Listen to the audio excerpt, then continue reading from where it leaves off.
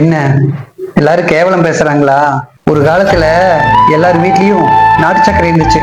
அப்ப அது ரொம்ப விலை கம்மி, அதனால அதுக்கு மதிப்பே இல்லாம இருந்துச்சு. அப்போ அஸ்கா சக்கரை தான் ரொம்ப ஃபேமஸ், ரொம்ப மதிப்பா இருந்துச்சு.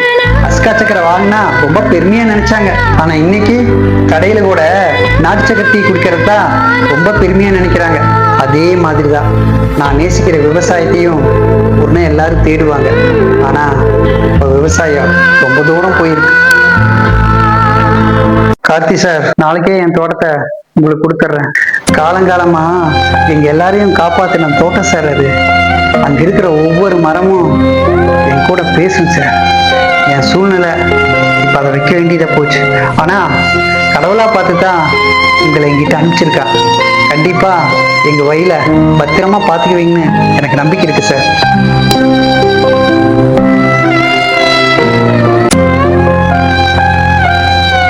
மாமா, அரிசி சாப்பாடு சாப்பிடலான்ட்டு இருக்கு மாமா. எங்கேயாவது ஒரு கைப்பிடி அளவுக்கு அரிசி இருந்தா வாங்கிட்டு வாங்க மாமா. வாய்ப்பே இல்லடா, எங்கேயுமே கிடைக்காது. எல்லா நாட்டிலயும் இந்த பஞ்சம் வந்ததால இறக்குமதி நிறுத்திட்டாங்க.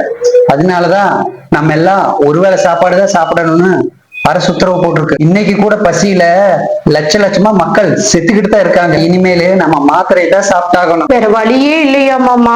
என்னால மாத்திரை எல்லாம் சாப்பிட்டு இருக்க முடியாது மாமா. வேற எந்த வழியுமே இல்லடா.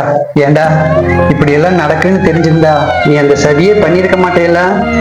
மாத்திரைக்கே அட்வான்ஸ் புக்கிங் பண்ணணுமாமா, 1 லட்ச ரூபாய் கட்டணுமாமா. நான் போய் கட்டிட்டு வரேன். அது மாத்திரை சரியான ரேட்டாமா, நான் ஆன்லைன்ல கட்டிட்டு வரேன். Sir sir. சொல்லுங்க சார். சக்தி சார் இல்லைங்களா? மாமா, உங்களை பார்க்க யாரும் வந்திருக்காங்க. என்ன பார்க்கவா?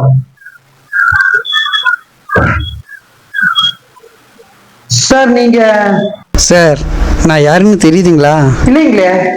உங்க தோட்டத்தை வாங்கின கார்த்திக் சார் நானு. தோட்டம் சார், எங்க தோட்டம் இப்படி சார் இருக்கு. நான் வச்ச மரமெல்லாம் எப்படி சார் இருக்கு? என்ன சார் இப்படி கேட்குறீங்க? சொர்க்க பூமியாக வச்சுருக்கேன் சார்.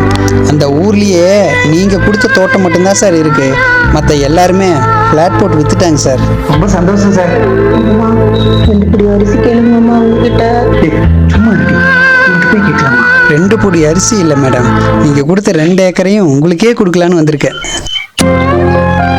சார் சொல்றீங்க? அவ்வளோ பணம் எனக்கு இல்லையே சார்.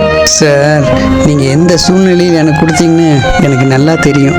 அந்த நன்றி கடனுக்காக உங்கள் தோட்டத்தை உங்கள்கிட்டயே ஒப்படைக்க போகிறேன் சார்.